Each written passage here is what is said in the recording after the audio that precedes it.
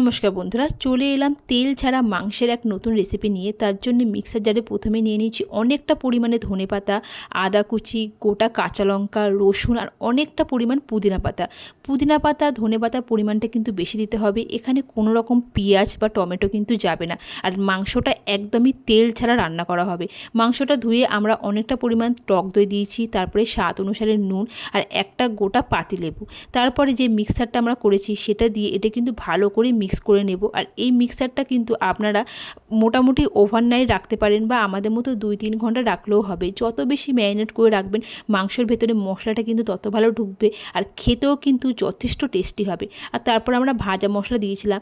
এটি ঘরে যেমন প্রত্যেকের ভাজা মশলা থাকে তেমনই একটা ভাজা মশলা, এটি স্কিপ করতেও পারেন। তারপরে কাঁচা লঙ্কা দিয়ে দিয়েছিলাম। এটা অপশনাল, আপনারা যদি ঝাল কম খান তাহলে ঝাল দেবেন না, কম দেবেন। আর এটি কিন্তু বন্ধ করে রাখতে হবে 2 ঘন্টা। তারপরে দেখুন আমরা উনুনে এটি স্টিম করেছি, কারণ এটি স্টিমে অল্প আছে প্রায় আধ ঘন্টা থেকে 40-45 মিনিট কিন্তু স্টিম করতে হবে, তাই আমরা উনুনে করেছিলাম।